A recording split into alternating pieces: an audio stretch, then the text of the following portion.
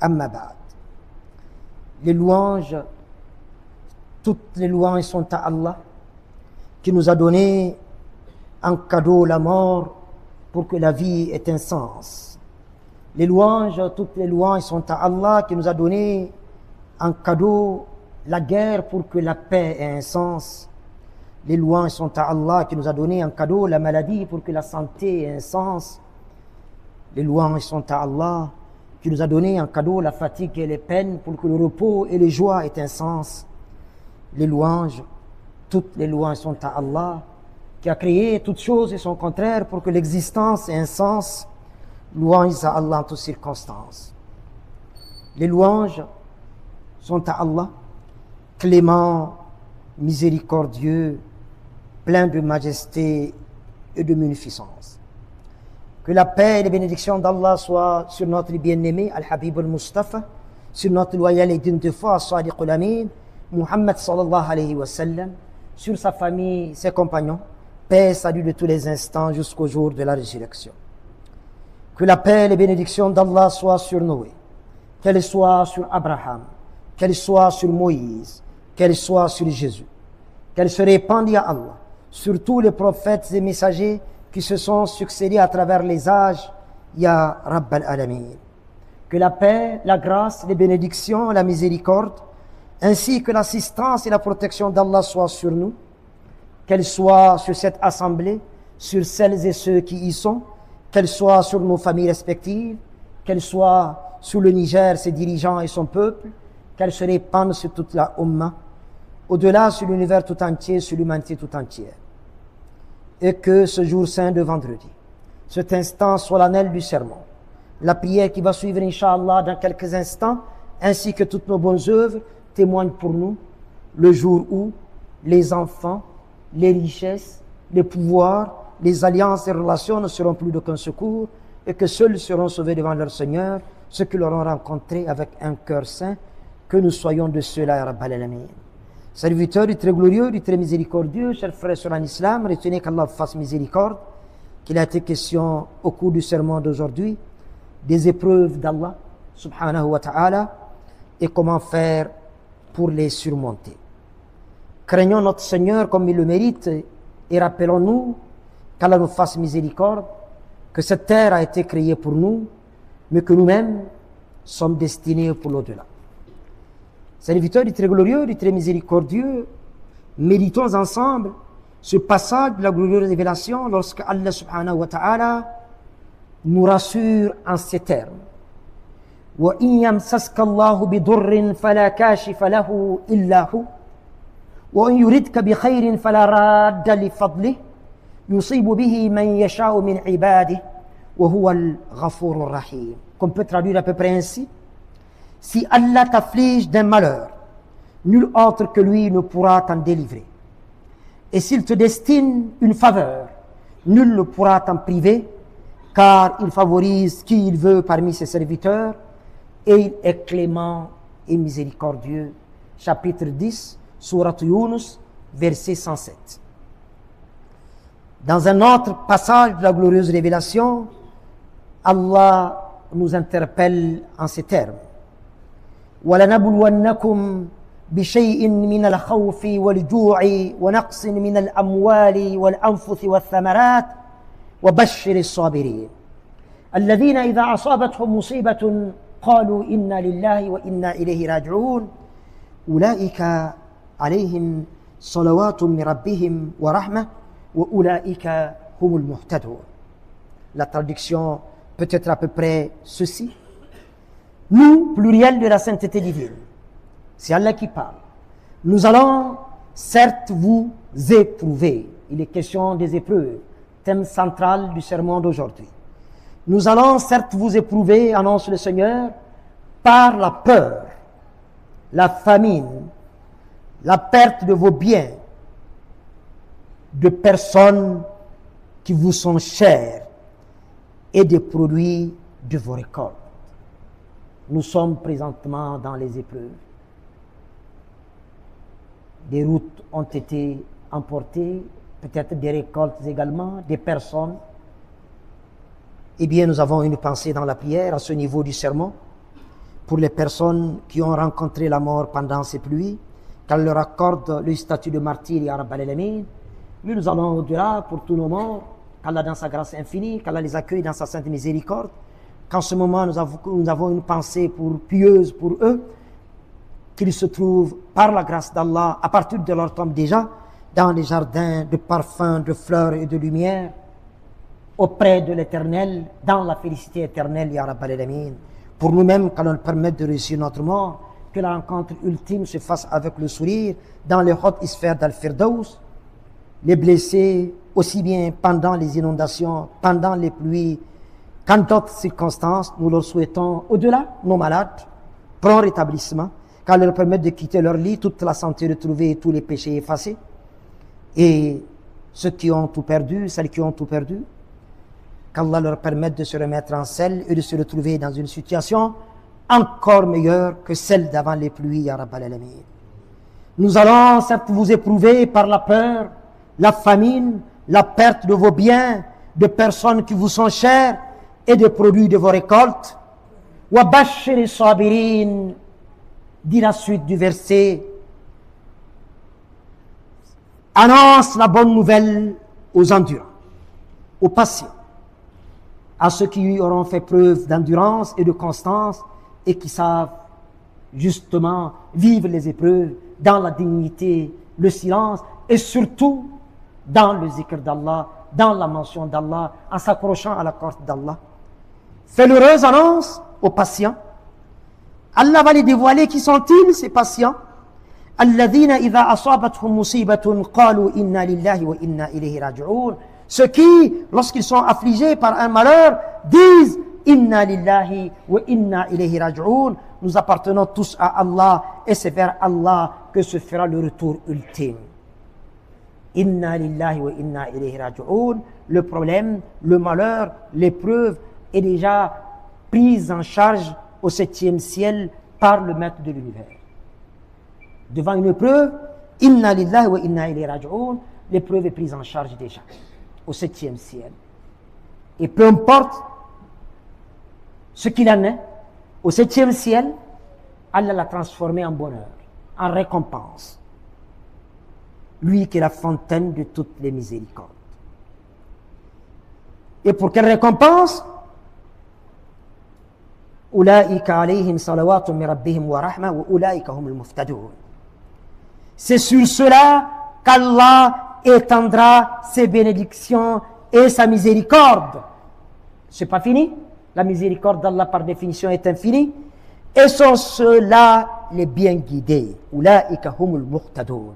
Et ce sont ceux-là les bien guidés, que nous soyons de ceux-là, Rabbal Alamin, chapitre 2, Suratul Baqarah, versets 155 à 157. La récompense, serviteur du très glorieux, du très miséricordieux, selon un barème établi et connu par Allah seul, est grande. Le Messager d'Allah sallallahu alayhi wa sallam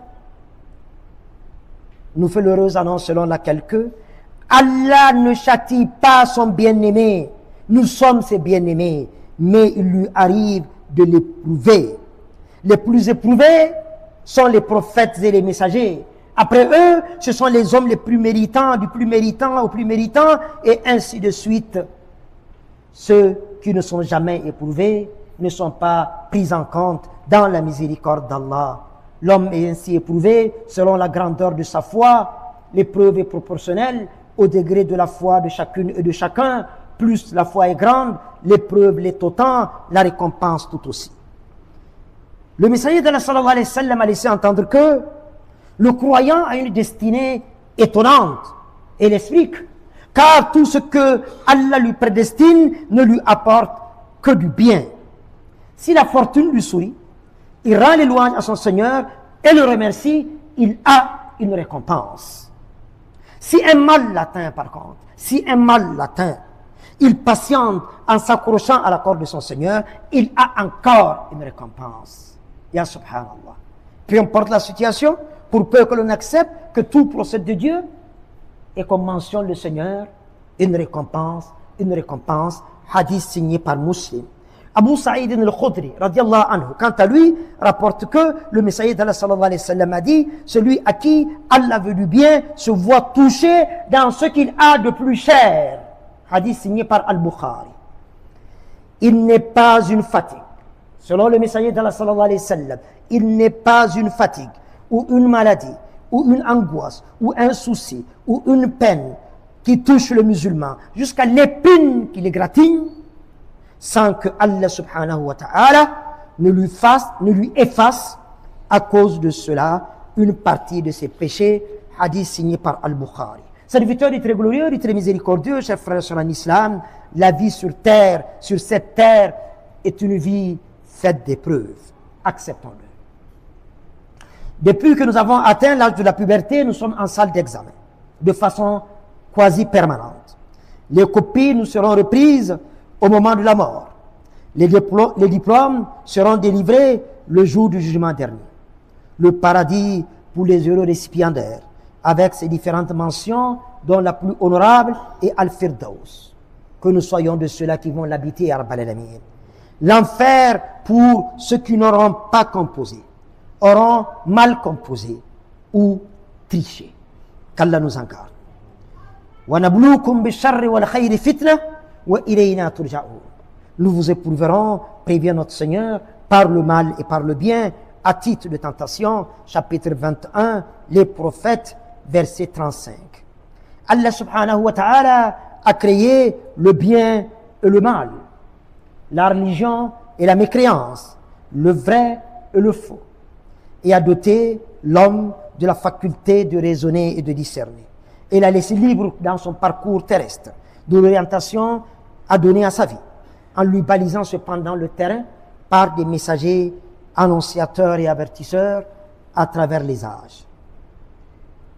Serviteurs du très glorieux, chers frères sur l'islam, dans la paix ou dans l'adversité, dans la joie ou dans la tristesse, dans la santé ou dans la maladie, dans la réussite ou dans l'échec, Allah distinguera subhanahu wa ta'ala, alors qu'il le sait déjà 50 000 ans avant la création des cieux et de la terre, la plume a décollé, l'encre a séché, alors qu'il le sait déjà, Allah distinguera les patients des désespérés, les bons croyants des mauvais, les sincères des hypocrites.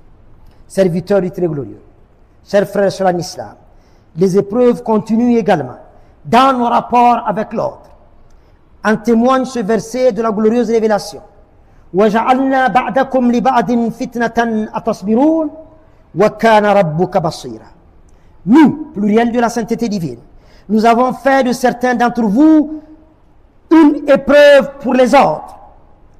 Endurerez-vous avec constance et ton Seigneur demeure clairvoyant. Chapitre 25, Suratul Furqan, verset 20.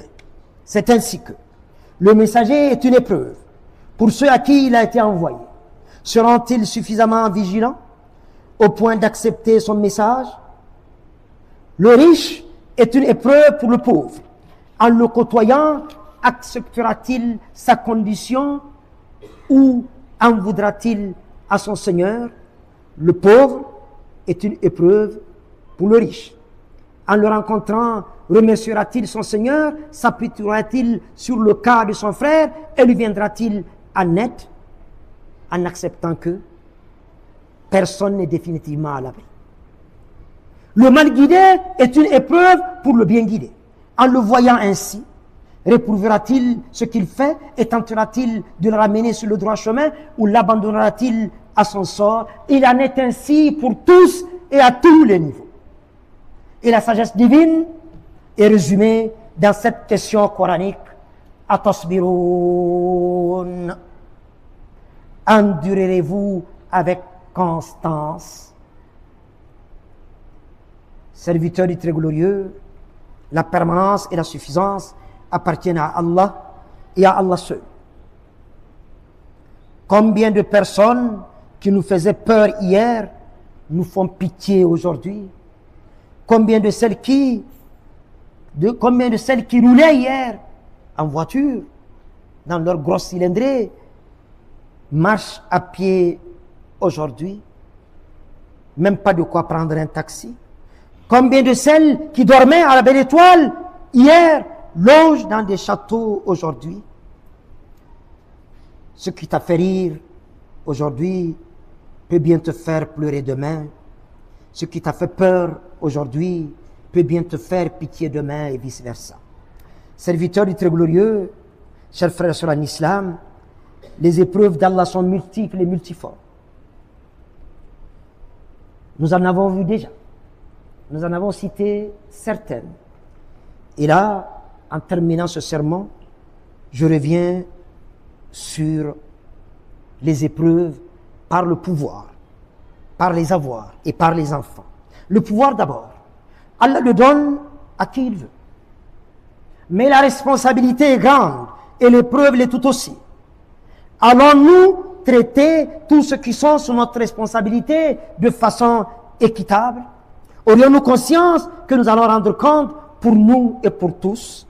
Le calife Omar radiallahu anhu dit que la nuit, il ne parvenait pas à trouver le sommeil de peur qu'au jour de la résurrection, j'ai cité ce passage, cette information, cet événement plus de 10 fois sur ce mimbar, répété pédagogique, de peur que demain, Allah ne lui demande des comptes pour un berger qui aurait égaré ses moutons sur les bords du Tigre et de l'Euphrate en Irak, pendant que lui, Omar bin Khattab, émir des croyants, président de la République de l'Islam, est en train de dormir à Médine. À une autre occasion, il aurait dit qu'il a peur que demain, Allah ne lui demande des comptes pour un mulet, pour un âne qui se serait fracassé la patte en dévalant une montagne en Irak, qu'Allah ne lui demande des comptes en lui disant « Ya Amir al-Mu'minin, Ya Omar ibn al-Khattab, pourquoi n'as-tu pas pris le soin de paver cet endroit ?»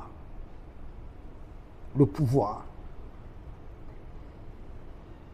Tel est le principe de l'islam en matière de bonne gouvernance.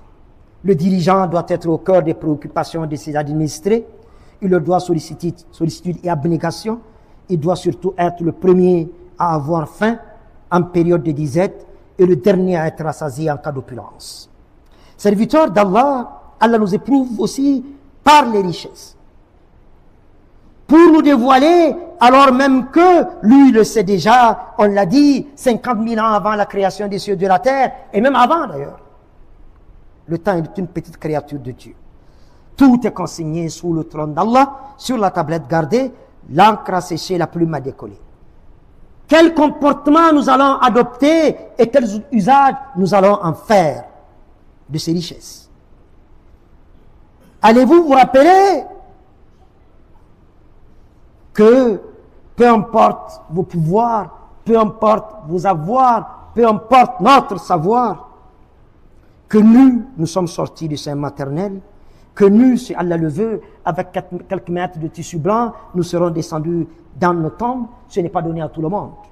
C'est une chance que d'être enterré par les musulmans. Et que nous, la terre va nous vomir pour le règlement des comptes.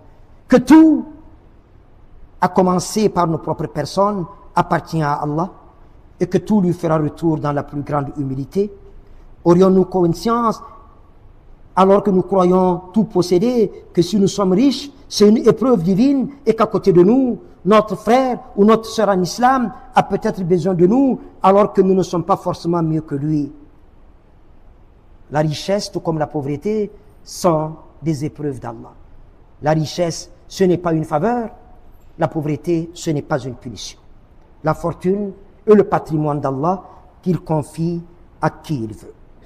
Serviteurs du très glorieux, Allah nous éprouve également par nos enfants. Serons-nous à même de les éduquer à la lumière du Coran et de la Sunna? Serons-nous capables de faire prévaloir l'amour d'Allah et de son messager sur leur affection quand la situation l'exige? Retenez qu'Allah fasse miséricorde, que les enfants et les biens sont parfois offerts par punition, comme c'est le cas, précise le Coran avec les hypocrites, que leurs biens et leurs enfants ne t'émerveillent point, prévient le Coran. Allah ne veut par là que les châtier dans la vie présente et les voir rendre péniblement l'âme en état de mécréance. Chapitre 9, Surat At-Tawbah, verset 55. Serviteurs du très glorieux, du très miséricordieux, notre responsabilité est grande. Nous voilà à nous plaindre de ne pas avoir de l'autorité et de maîtrise sur nos enfants. Avons-nous, en nous approchant de leur maman, et c'est valable aussi pour elles d'ailleurs, dans l'intimité de nos chambres, prononcé la formule consacrée? Leur avons-nous soufflé dès les premiers instants de leur vie l'appel à la prière à l'oreille? Leur avons-nous donné un bon nom à leur baptême? Leur avons-nous ordonné la pratique de la salat dès l'âge de 7 ans? Les avons-nous séparés dans les lits à partir de 10 ans? Etc., etc. Avons-nous agi ainsi hier pour nous plaindre autant aujourd'hui? Notre responsabilité est grande. Les enfants sont des épreuves d'Allah subhanahu wa ta'ala. À nous de réussir ces épreuves par la grâce d'Allah. Qu'Allah fasse de nos enfants, que tous les espoirs placés en nos enfants, en nos petits-enfants, garçons et filles, se réalisent de notre vivant. Qu'ils soient des porteurs du Coran, obéissants aux parents, utiles à l'islam, à la à l'humanité tout entière. Qu'ils marquent leur temps et qu'ils fassent mieux que nous, ya Rabbal Alamin. En restant avec les enfants, une pensée dans la prière pour celles qui n'ont pas connu la joie d'être mère, pour ceux qui n'ont pas connu la joie d'être père, et pour Allah Reine et Mystère, qu'elle leur accorde une progéniture vertueuse, à nous tous qui nous donne les moyens de les éduquer aux normes du Coran et de la Sunna, ya Rabbal Alamin. Une pensée dans la prière pour nos malades, qu'Allah les guérisse, qu'Allah leur permette de quitter leur lit, leur natte, toute la santé retrouvée, tous les péchés effacés. Une pensée dans la prière pour nos morts, que ces invocations les trouvent dans des jardins de parfum, de lumière, dans l'antichambre du paradis. Pour nous-mêmes, qu'Allah nous permette de réussir notre mort, que la rencontre ultime se fasse dans les hautes sphères d'Al-Firdaus, ya Rabbal Alamin, que les armes se taisent ici au Niger et partout à travers la terre, que pérenne ici et partout à travers la terre, ya Rabb, et que pour nous et pour tous, demain soit meilleur. S'il y a des surprises selon ta volonté, ya Allah, qu'elles nous soient et qu'elles nous restent agréables. Priez pour le bien-aimé, prière sans laquelle aucune invocation ne montera au ciel. Allahumma salli ala Muhammad wa ala ali Muhammad kama sallayta ala Ibrahim wa ala ali Ibrahim. Allahumma barik ala Muhammad wa ala ali Muhammad kama barakta ala Ibrahim wa ala ali Ibrahim fil alamina innaka hamidun majid. اللهم آمنا في أوطاننا آمنا في أوطاننا ول أمورنا خيارنا ولا تول أمورنا شرارنا وارفع مكتك وغضبك عنا ولا تسلط علينا بذنوبنا من لا يخافك فينا ولا يرحمنا برحمتك يا أرحم الراحمين يا رب العالمين. اللهم أعز الإسلام والمسلمين وذل الشرك والمشركين دمر أعداء الدين. اللهم انصر إخواننا في فلسطين كن عضدهم في فلسطين كن معهم في فلسطين واجعل يا ربنا اللهم هذا البلد آمنا مطمئنا رخاء وسائر بلاد المسلمين وسائر بلدان العالم يا رب العالمين. وصلي وسلم وبارك اللهم على محمد وآله الطاهرين وارض اللهم عن الخلفاء الراشدين وعن بقية صحابة نبيك أجمعين وعن التابعين وتابعي التابعين وتابعين لهم بإحسان إلى يوم الدين وعنا معهم أجمعين بمنك وكرمك يا رحمن يا رحيم. عباد الله إن الله يأمر بالعدل والإحسان وإيتاء ذي القربى وينهى عن الفحشاء والمنكر والبغي يعظكم لعلكم تذكرون. اذكروا الله العظيم الجليل يذكركم واشكروه ولا نعمه يزدكم ولذكر الله أكبر والله يعلم ما تصنعون. قوموا إلى صلاتكم يرحمكم الله.